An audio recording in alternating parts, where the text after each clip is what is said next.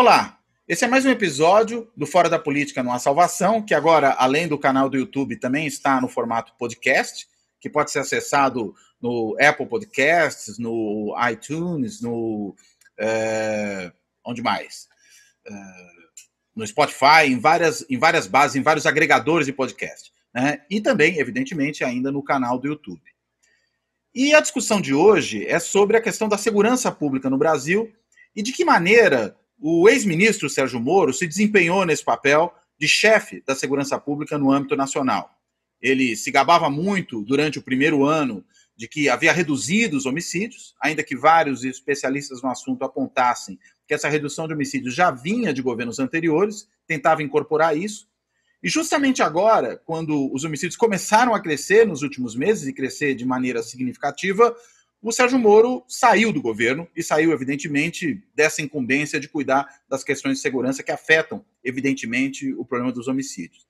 E é por isso que os convidados de hoje vão tocar nesse assunto e em algumas outras questões muito importantes relacionadas à segurança pública.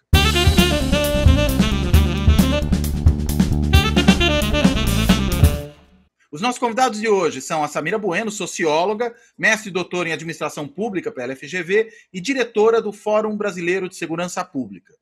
E o outro convidado é o Renato Sérgio de Lima, mestre e doutor em sociologia pela USP, professor da FGV-AESP e presidente do Fórum Brasileiro de Segurança Pública.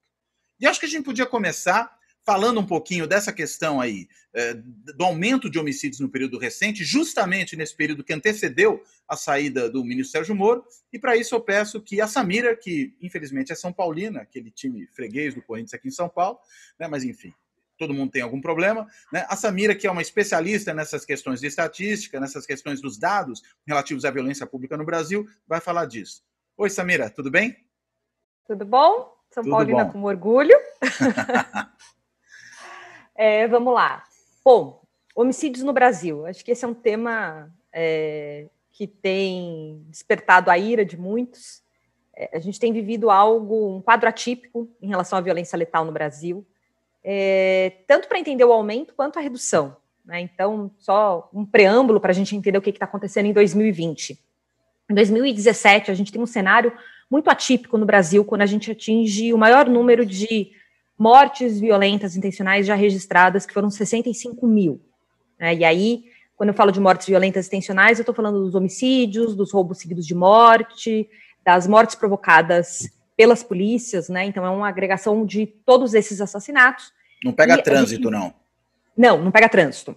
Mas todos com algum tipo de intencionalidade definida, independente de ser um crime ou não. Uhum. E, enfim, a gente tem uma crise que começa em 2016, que é uma queda de braço entre diferentes facções, então, especialmente entre PCC e Comando Vermelho. Você tem uma mudança na correlação de forças e na forma como essas duas organizações do Sudeste começam a fazer parcerias com facções de outros estados, especialmente do Norte. E isso, Norte e Nordeste, e isso causa aí uma ruptura em certos acordos que existiam entre essas duas facções, e eles começam a se matar em grande volume. Então, vamos lembrar que no segundo semestre de 2016 e no início de 2017, a gente tem matanças dentro dos presídios, né? Em Manaus, a gente tem lá um episódio que no primeiro dia do ano morreram 55 presos, decapitações, cenas horrorosas por conta desse conflito que eclode, e a gente fecha o ano com 65 mil assassinatos. Então, entender a queda depois desse período passa por entender esse aumento em 2017. O que começa a acontecer a partir de 2018? Primeiro que esse conflito ele começa a ser administrado, até porque para as facções mesmo isso começa a causar prejuízos, é muito custoso você manter esse nível de conflito.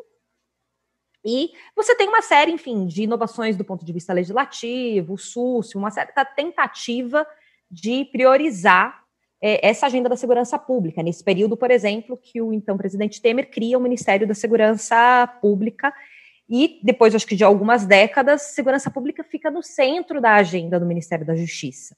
O SUSP que você falou é o Sistema Único de Segurança Pública, né? Que isso, foi desenhado nesse momento, né?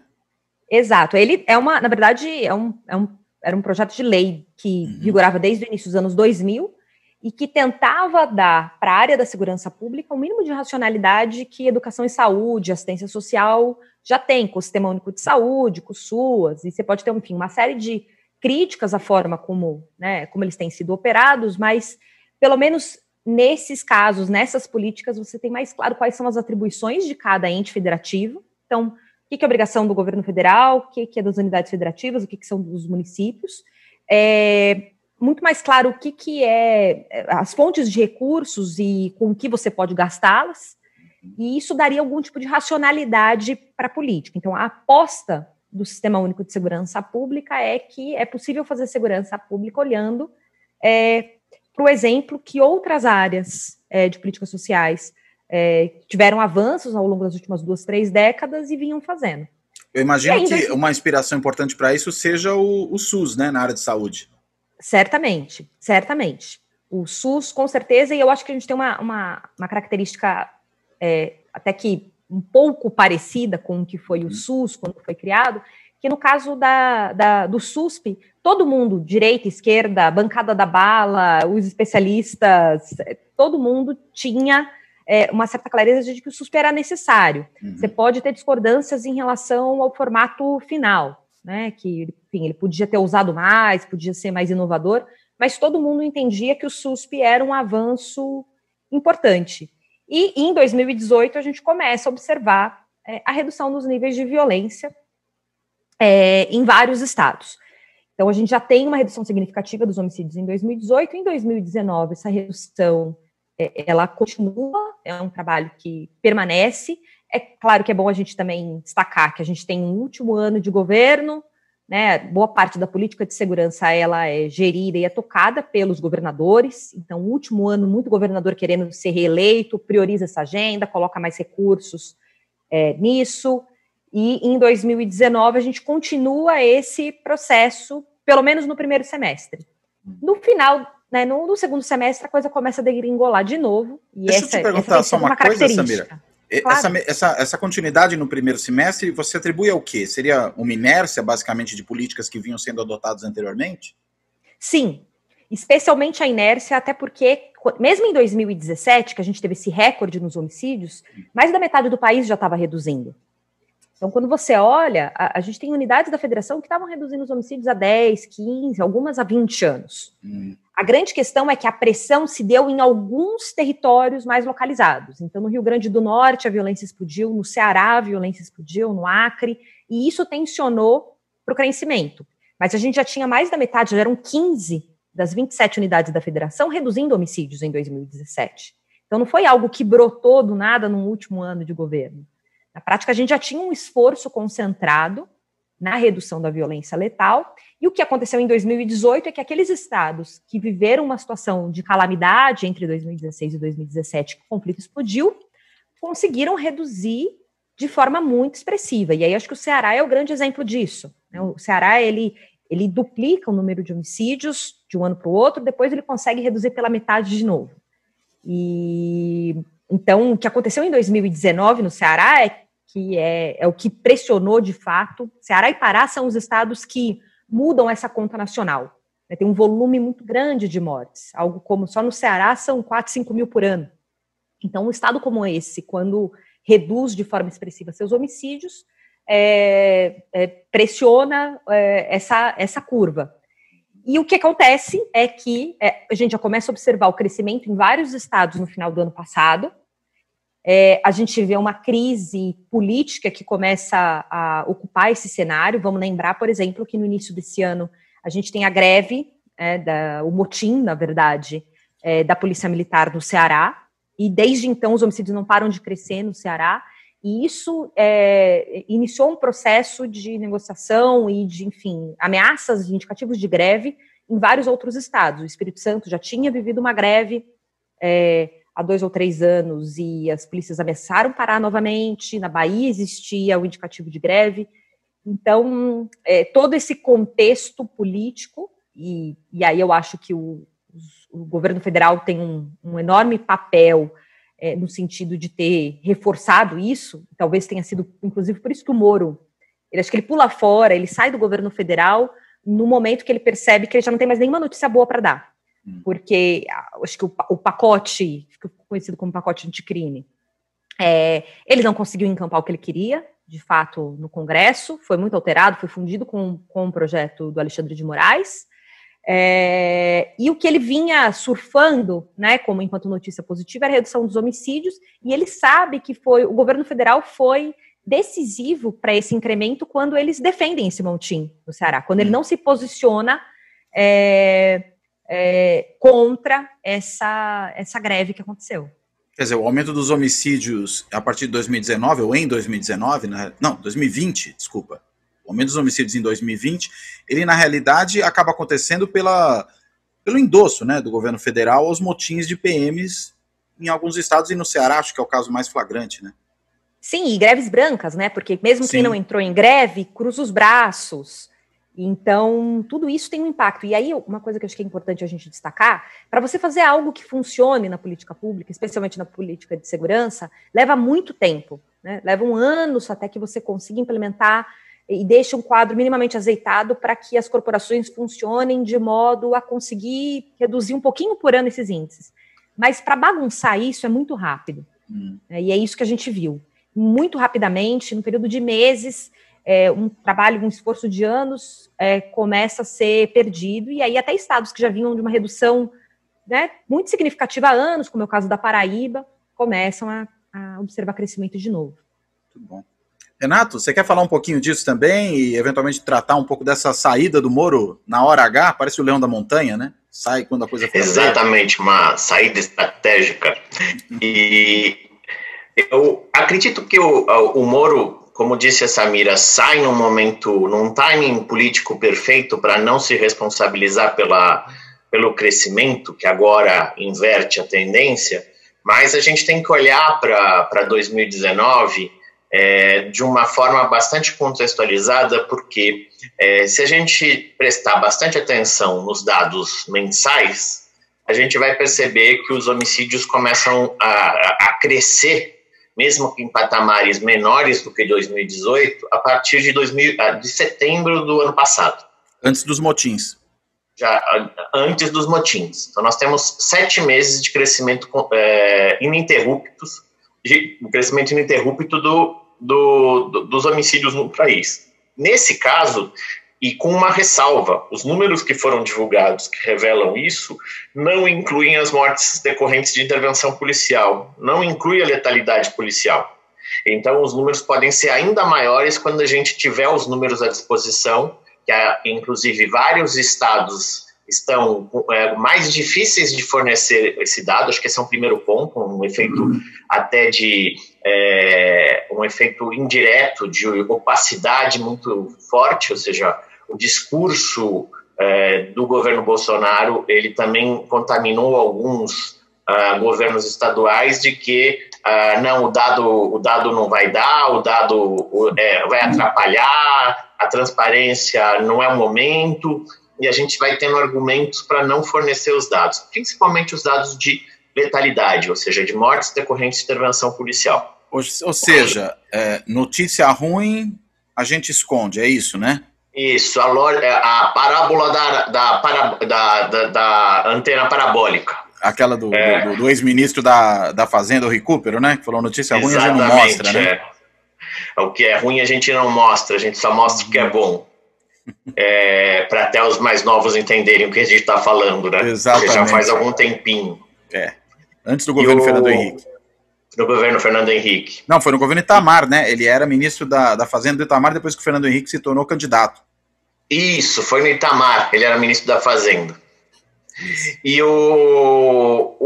a questão fundamental na segurança pública que ajuda a explicar esse momento a Samira destacou, por exemplo, que como o motim do Ceará, como os movimentos de algumas polícias em vários estados fez desandar políticas de prevenção e redução da violência em vários lugares, inclusive em estados que estavam consolidando tendências de queda há muitos anos. Ela chamou atenção para Paraíba, mas eu chamaria também atenção para Pernambuco, para São Paulo, para vários outros estados que o problema da redução do homicídio estava sendo enfrentado com as ferramentas mais modernas que existem aí na área do que diz as evidências. Programas especiais de integração, estabelecimento de metas, não necessariamente bonificação, porque bonificação é um problema, na nossa opinião, na nossa avaliação, a bonificação por resultado coloca desafios de desenho de política pública muito complexos no caso da segurança, porque o que é o resultado? É prender mais gente, e aí, eventualmente, a gente recebia denúncias de eu preciso bater a meta. Vai ali na esquina, que a gente sabe que é um ponto de venda de drogas, e prende 10. Pronto, bateu a meta. Sejam eles quem forem. Seja eles quem forem.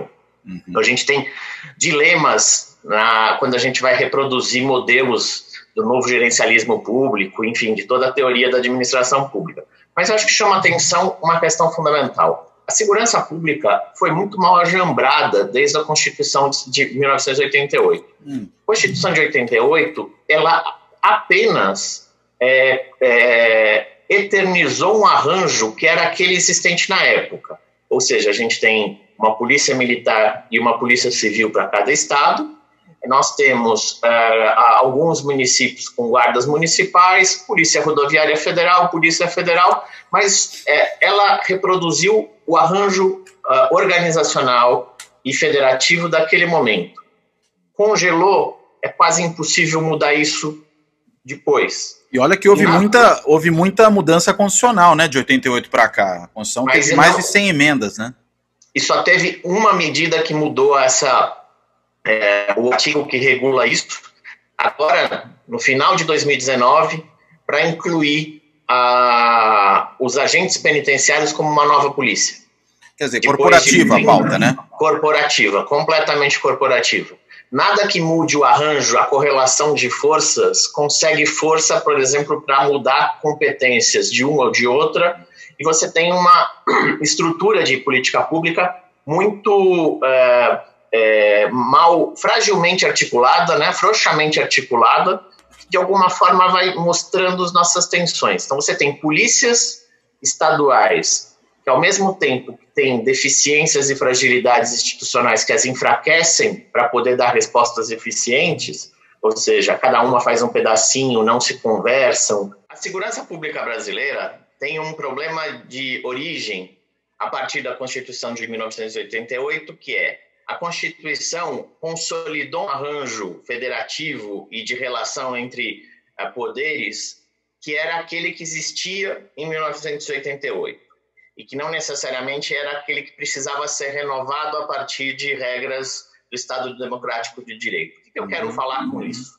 Quando eu falo isso, a gente tem que lembrar que o que existia antes era uma fragmentação de uma polícia para cada estado, uma polícia civil para cada estado, uma polícia militar para cada estado, duas polícias federais, Polícia Federal e Rodoviária Federal, algumas guardas municipais e, nesses últimos anos, desde a Constituição, nós tivemos apenas uma alteração constitucional, que é aqui uma alteração corporativista que cria a Polícia Penal. Ou seja, que não mexe no arranjo organizacional e no arranjo federativo. Simplesmente cria mais uma polícia para atender demandas corporativistas dos agentes prisionais.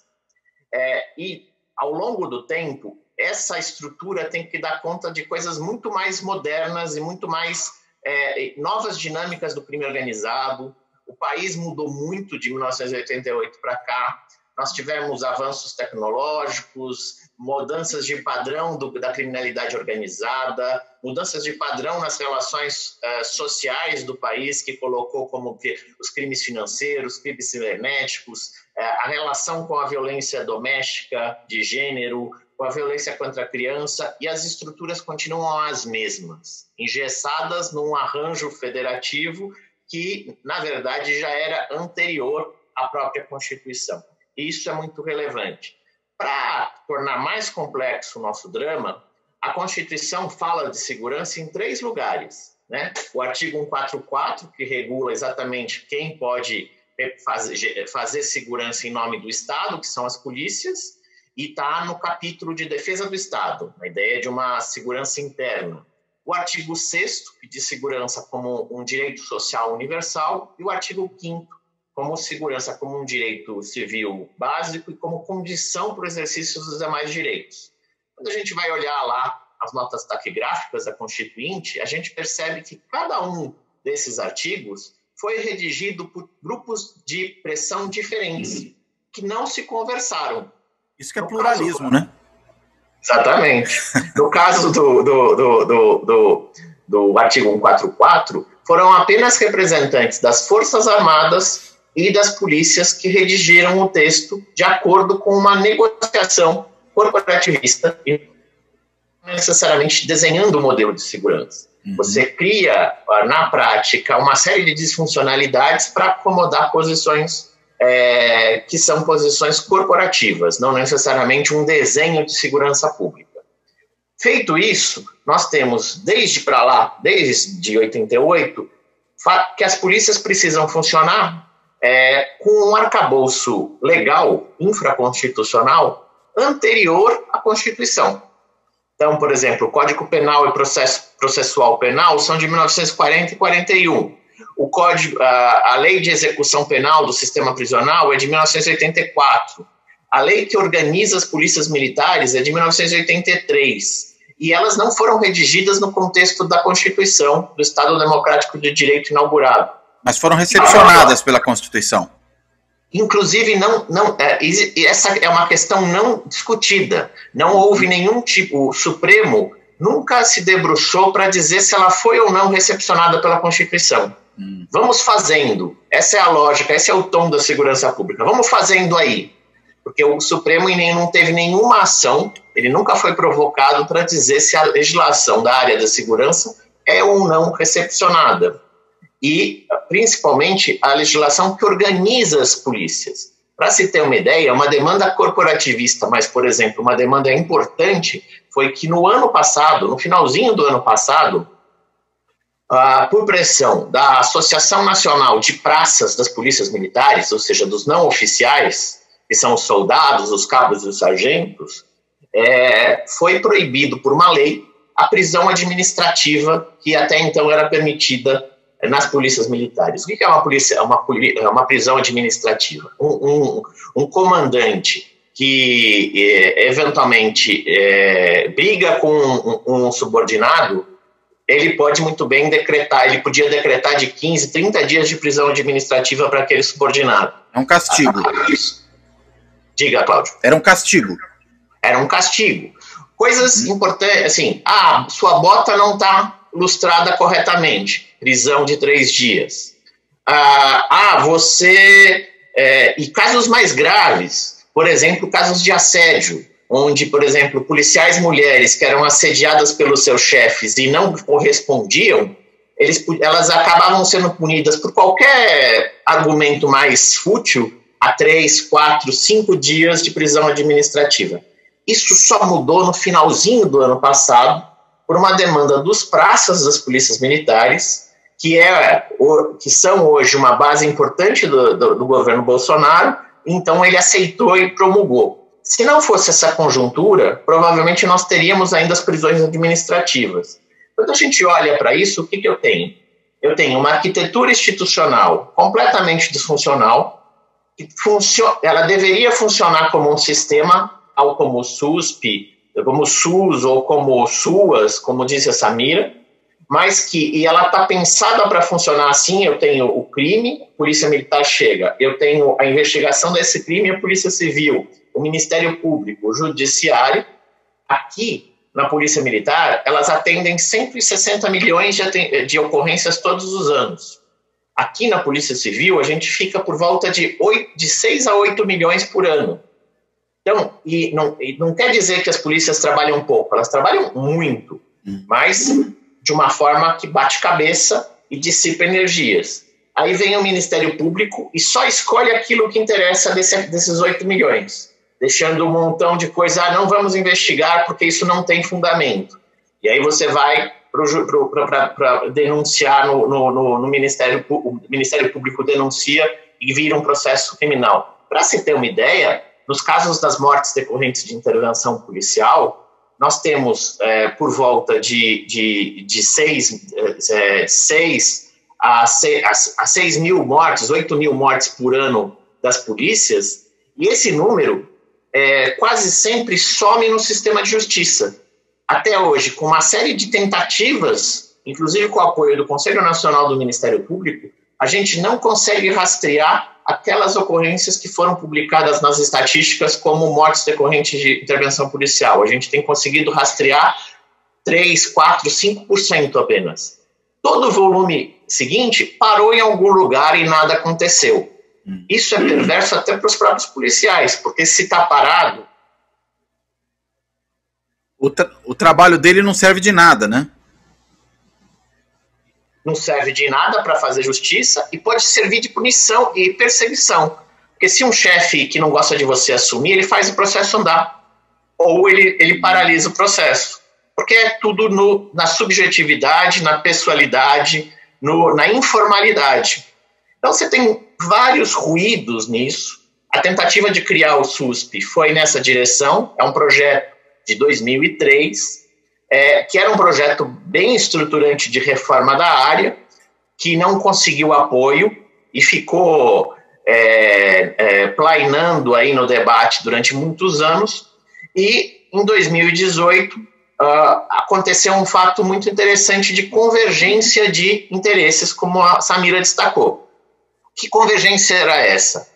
O então presidente do Senado, Eunício de Oliveira, e o então e atual presidente da Câmara, Rodrigo Maia, chamaram um delegado da Polícia Federal, aposentado, que hoje é secretário de Segurança de Goiás, e chamaram ele, que era um assessor, e falaram: pega tudo que tem disponível aqui no Congresso e redige um projeto que a gente precisa dar uma resposta urgente para a população. Tinha acabado de acontecer a intervenção federal no Rio de Janeiro, e redige uma proposta, um substitutivo com aquilo que é consenso.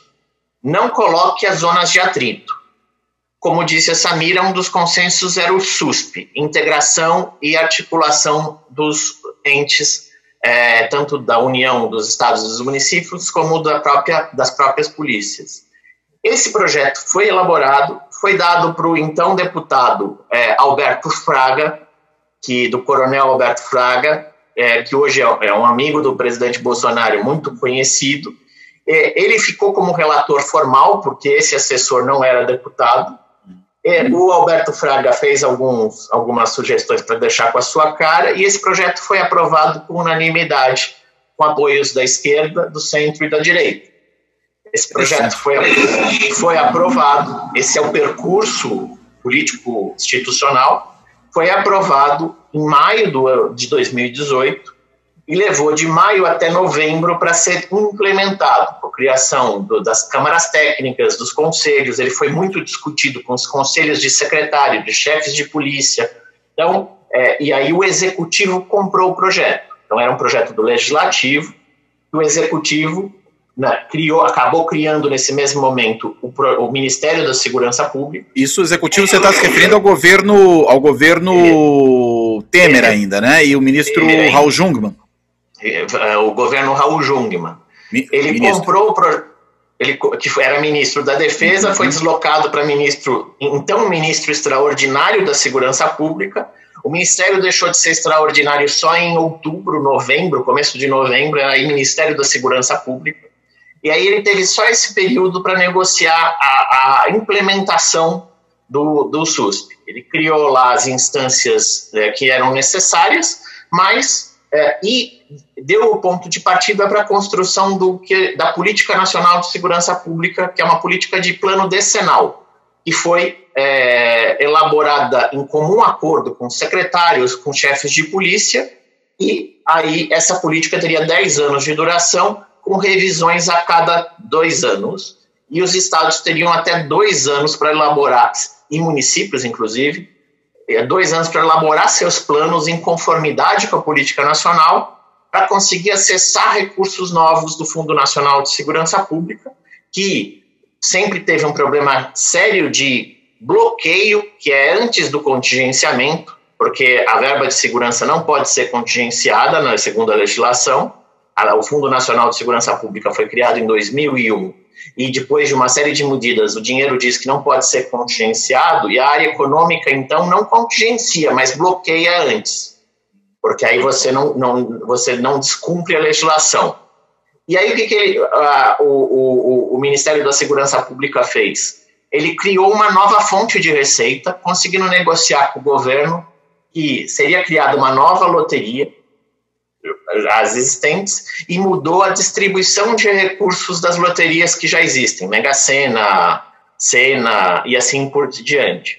Parte do dinheiro das loterias, portanto, extra-orçamentário, viria para o Fundo Nacional de Segurança Pública, algo em torno de, no começo, 2 bilhões de reais, com a previsão de chegar por volta de 4 a 5 bilhões. Renato? Renato, é que na hora que você falou, justamente a parte importante que é o dinheiro, cortou. Então, se você quiser só falar de quanto foi.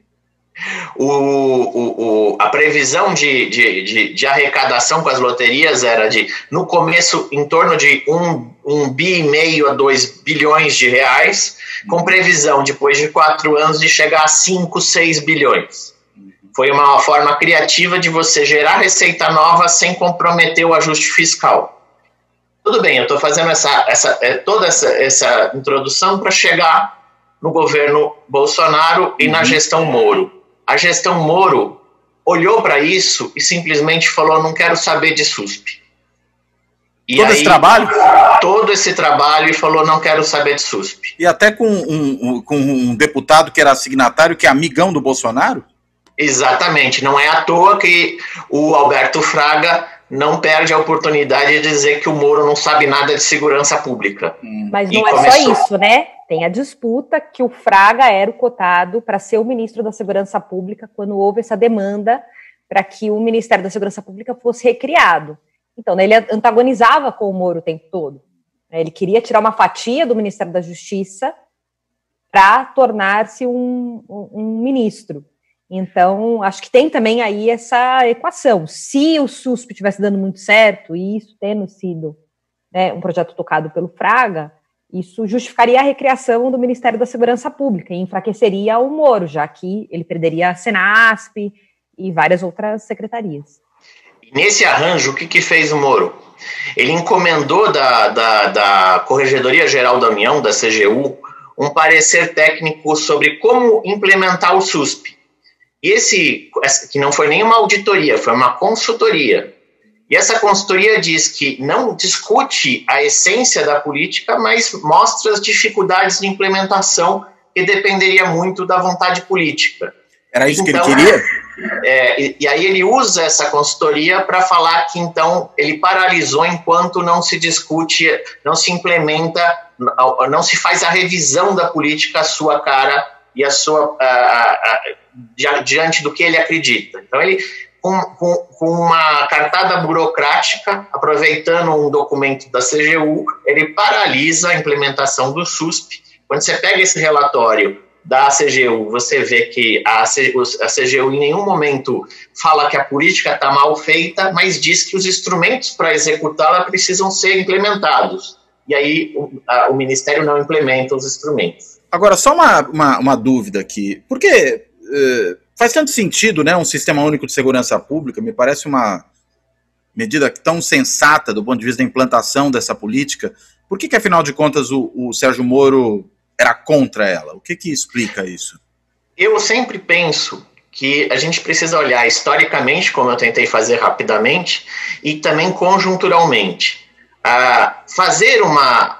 Implementar o SUSP era formalizar algo que já existe hoje, que é estabelecer a segurança pública como uma competência concorrente entre União, Estados e municípios. E empoderar as polícias estaduais, dar poder para as polícias civil e militar. E Fraga queria isso, né? Exatamente. Você tem um movimento muito forte das polícias militares para tomar a agenda da segurança para ela. Então, a crítica que o Fraga faz ao Moro, ela é extremamente corporativista, mas, ao mesmo tempo, ela tem a sua dose de verdade. Porque o Moro não conhece sobre segurança pública estadual, sobre o que é fazer polícia militar, o que é fazer polícia civil, Polícia Judiciária de Crimes Comuns. Ele conhece de direito penal e processual penal. E aí ficaram duas disputas que, na formação do seu ministério, o Moro trouxe para a sua assessoria, para os cargos de secretário, para os altos cargos, apenas delegados de Polícia Federal ligados a ele, que trabalharam no Paraná. Foram poucos os cargos ocupados por não policiais federais do Paraná. O cargo de secretário nacional de Segurança Pública, o general Teófilo, Guilherme Teófilo, foi a única não indicação do Moro no Ministério. Foi uma indicação do general Santos Cruz. O único cargo que foi ocupado no Ministério, que não foi indicação do Moro, foi o general Guilherme Teófilo na Secretaria Nacional de Segurança Pública. O general Teófilo foi uma indicação do general Santos Cruz, que tinha sido secretário nacional de Segurança Pública e que tinha sido, portanto, uma imposição do Palácio do Planalto, que também desagradou as polícias militares. Também desagradou porque ele é um general de 4 estrelas, ele foi cotado, inclusive, a assumir o comando do Exército, e no jogo que envolve um grupo muito forte que é representado pelo Alberto Fraga, a discussão que se dá é as polícias, polícia, Forças Armadas são Forças Armadas, o que é verdade. Mas nesse processo, o projeto que o Fraga é porta-voz é um projeto de autonomização das polícias militares, que tem rebatimentos importantes em relação, por exemplo, à negociação e à relação que estas têm com os governos estaduais. Então, você tem aí uma disputa que é uma disputa de polícias militares que o Moro não prestigiou, que o único cargo não ocupado, indicado pelo Planalto, foi de um militar do Exército e não da Polícia Militar. Você foi criando uma situação de disputa muito forte. O Moro não conversava com os secretários estaduais, segundo alguns relatos deles próprios, a gente não sabe o grau de verdade disso, mas esse relato é muito emblemático. Os secretários reclamavam que o Moro dizia que os interlocutores dele seriam os governadores. Caberia ao Teófilo, general da Senasp, fazer a conversa com os secretários. Ou seja, uma questão de hierarquia, né? De hierarquia. E o ministro não consegue agir dessa forma, porque essa é uma área tão autônoma que o governador depende do secretário e dos comandantes. Para se ter uma ideia, no ano passado, o então ministro Moro recebeu os secretários oficialmente em sua agenda apenas 2 vezes. Isso coloca um pouco o clima de tensão que foi se colocando. O governo federal era um governo completamente distante da lógica da segurança pública estadual, fortaleceu apenas as políticas que ele poderia ter ingerência direta, que é a Polícia Federal e a Polícia Rodoviária Federal, que tem um papel importante na articulação federativa, e os estados acabavam sendo correias de transmissão das demandas das polícias militares e aumentando a pressão no Palácio do Planalto para que demandas estaduais ganhassem força.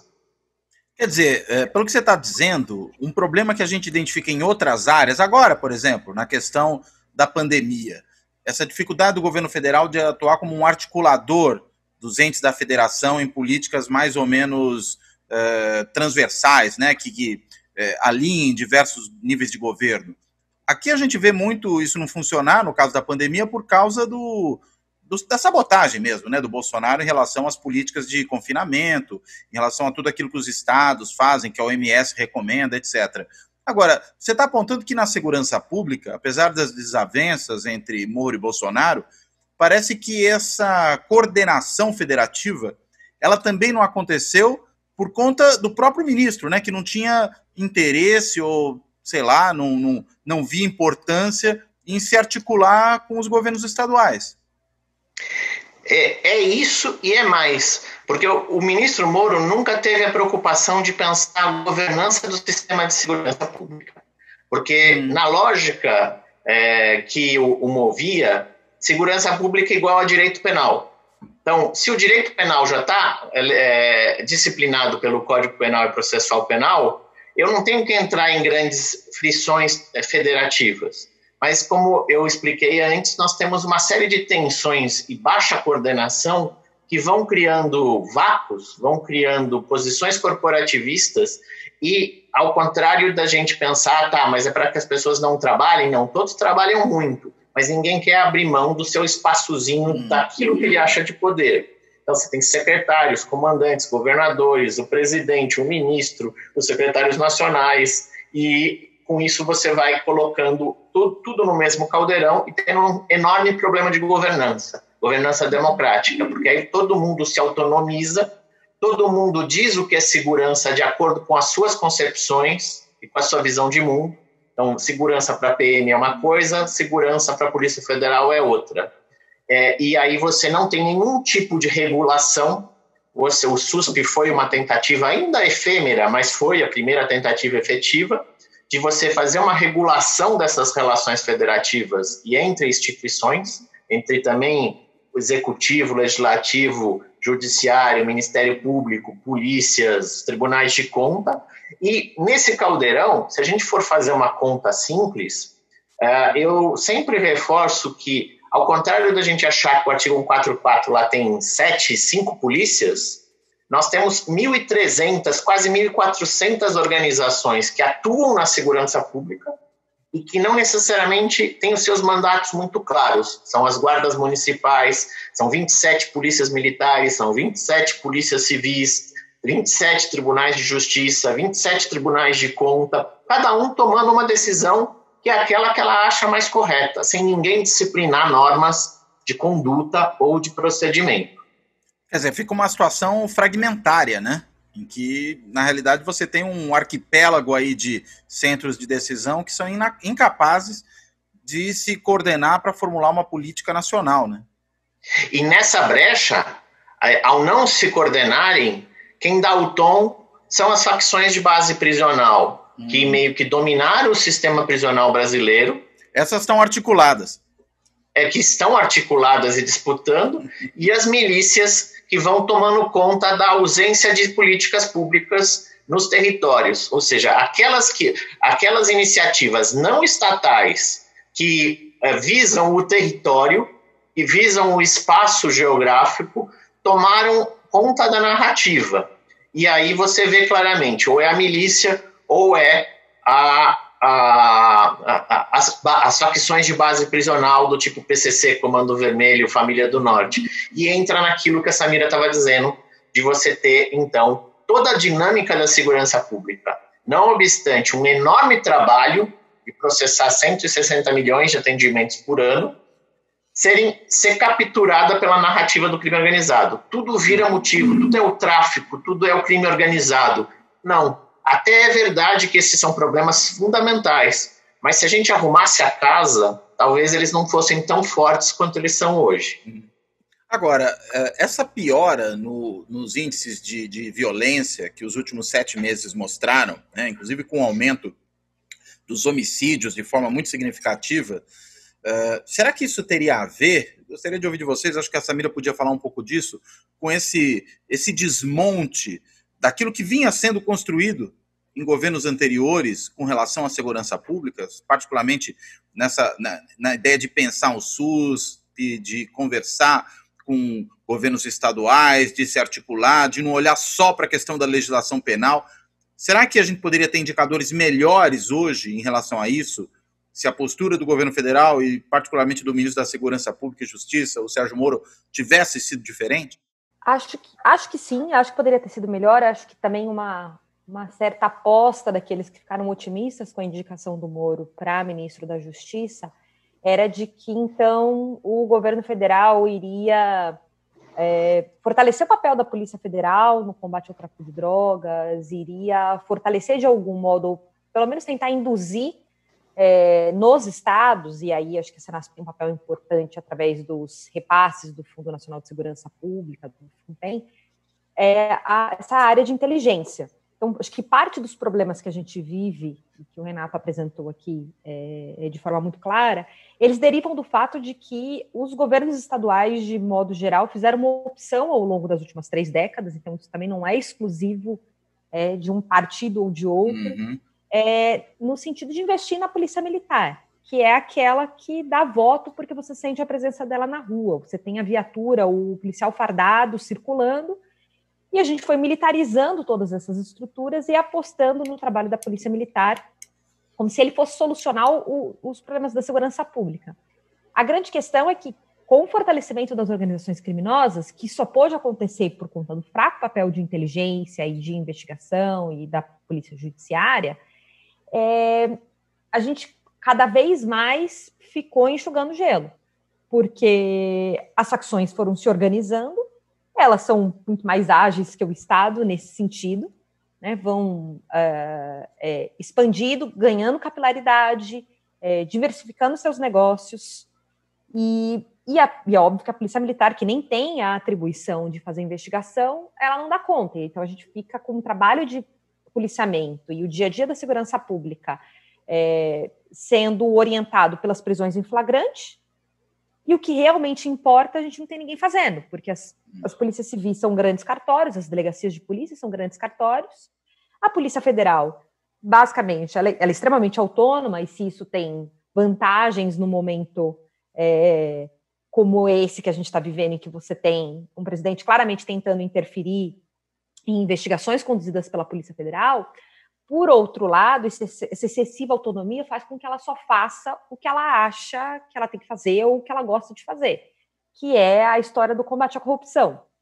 Então, você não vê hoje nenhuma estrutura dentro do governo federal dedicada, por exemplo, a investigar ou, enfim, a tentar romper com as estruturas do poder das facções criminosas, né? Rastrear o dinheiro, tentar desarticular de fato. Isso não ocorreu no governo Moro? Porque ele deu uma certa importância, né, à questão das facções. Ele até chegou a mencionar isso em algum momento.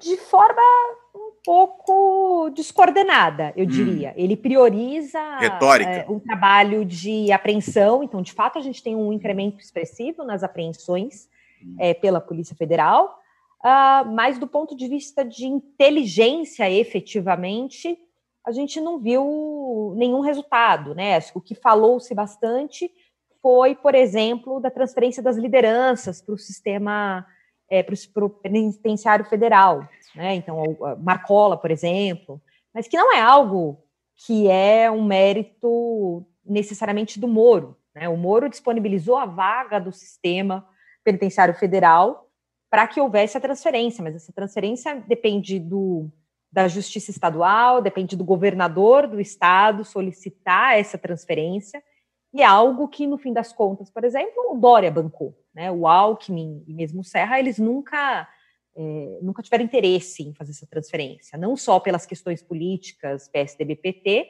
mas também porque existia um enorme receio de que essa transferência culminasse numa outra crise grave, como a gente viu em 2006. Um outro salve. Um outro salve geral, como que a gente viu em 2006. O Dória, querendo ou não, pagou para ver, enfim. E aí, esse arranjo com o Moro, eles fizeram essa transferência, e a gente ainda está tentando entender qual que foi esse impacto no dia a dia das facções. Mas não me parece que houve nada, enfim, inovador nesse sentido. Não sei se o Renato tem uma opinião diferente. Eu concordo que não há nenhuma inovação, até porque uma das grandes bandeiras, que é as prisões federais, depende de uma ação de cooperação federativa, e é uma das poucas que é bem regulada, aquilo que eu dizia da baixa regulação. No caso da questão das prisões federais, essa tem um regramento bem específico, que foi criado, inclusive, a partir de 2006, já numa lógica mais moderna. Mas uma das coisas que a gente pode pensar, que uma das grandes ações, que para a Polícia Federal é um aprendizado organizacional bem importante, mas para o Moro não deixa de ser uma ação de marketing, foi a investigação em torno das lideranças do PCC que foram transferidas. A partir delas, houve um esforço para diminuir o poder dessas lideranças, a começar agora, no começo de março, pela prisão de abril do Fuminho, que era o maior atacadista de drogas da América do Sul, e não era do PCC, mas era muito ligado ao Marcola, ao líder, considerado o líder máximo do PCC. Então, se a gente olhar, a Polícia Federal está fazendo um processo de desconstrução do grupo do Marcola e tentando, com isso, enfraquecer o PCC. Boa notícia, a gente precisa... Está funcionando? De certa forma, tá, porque nós estamos tendo uma troca geracional dentro das facções. Não está afetando o negócio em si, segundo os relatos, mas está provocando uma troca geracional e, de fato, o Marcola está perdendo espaço e vai provavelmente não é mais o líder efetivo, não deixa de ser um presidente de um conselho de administração simbólico. E isso é uma ação que até vale a pena a gente dizer que é interessante, mas ela é circunscrita.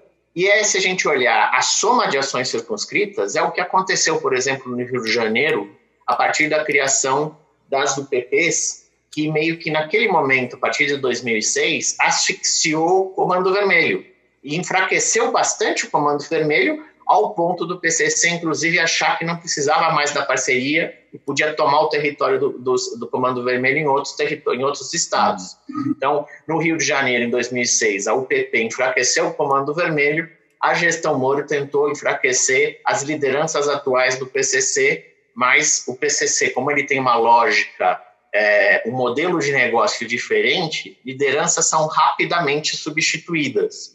Então, é um mérito, mas é muito circunscrito, que eu acho que era isso que a Samira estava destacando. E a gente está gravando isso aqui no dia 1º de maio, Dia do Trabalho, estamos aqui trabalhando no Dia do Trabalho, né, falando de um tema importantíssimo como esse da segurança pública. Então, eu quero agradecer tanto a Samira como ao Renato por essa participação e espero que em breve a gente possa refazer esse programa, talvez com notícias melhores. Então, gente, Mensageiros do Apocalipse, né? Porque nós estamos aqui, enfim, no meio do apocalipse, né? Em tempos de Bolsonaro, Moro e pandemia, as coisas não são fáceis, né? Mas, enfim, é isso. Obrigado, gente, e até a próxima. Obrigado. Obrigado. Essa conversa com o Renato Sérgio de Lima e com a Samira Bueno sobre segurança pública no Brasil, ela foi tão produtiva que acabou gerando não um, mas 2 programas do Fora da Política Não Há Salvação. Por isso, esse termina por aqui, mas haverá um segundo episódio, uma continuação desse aqui, discutindo um aspecto específico da questão da violência e da segurança pública no Brasil, que é o crescimento da violência doméstica e, em particular, claro, da violência de gênero, da violência contra a mulher, durante a pandemia da Covid-19. Esse novo episódio vai estar em breve, tanto no YouTube, no canal do Fora da Política Não Há Salvação, como nos podcasts, nas várias bases, nos vários agregadores de podcasts, também no Fora da Política Não Há Salvação. Em breve, a gente vê esse novo episódio, a gente se encontra por aqui de novo.